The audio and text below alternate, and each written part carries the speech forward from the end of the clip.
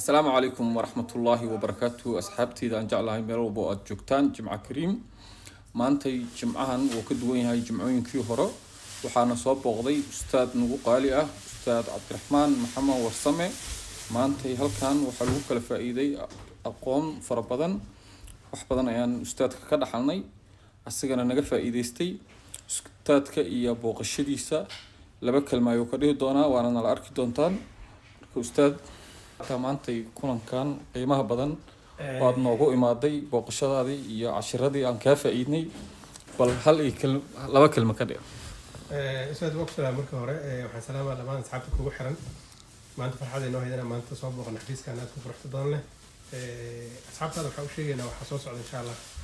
qof markuu Canada imaado wuxuu u baahan yahay nolosha inuu la qabsado challenges fara badan ay jiro marka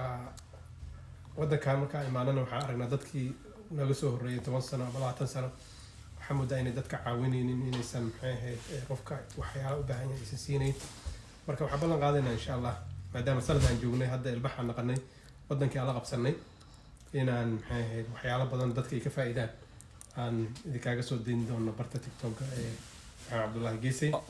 ma santa ustaad insha Allah dhalinyarada nagu xiran waxa uu sheegaynaa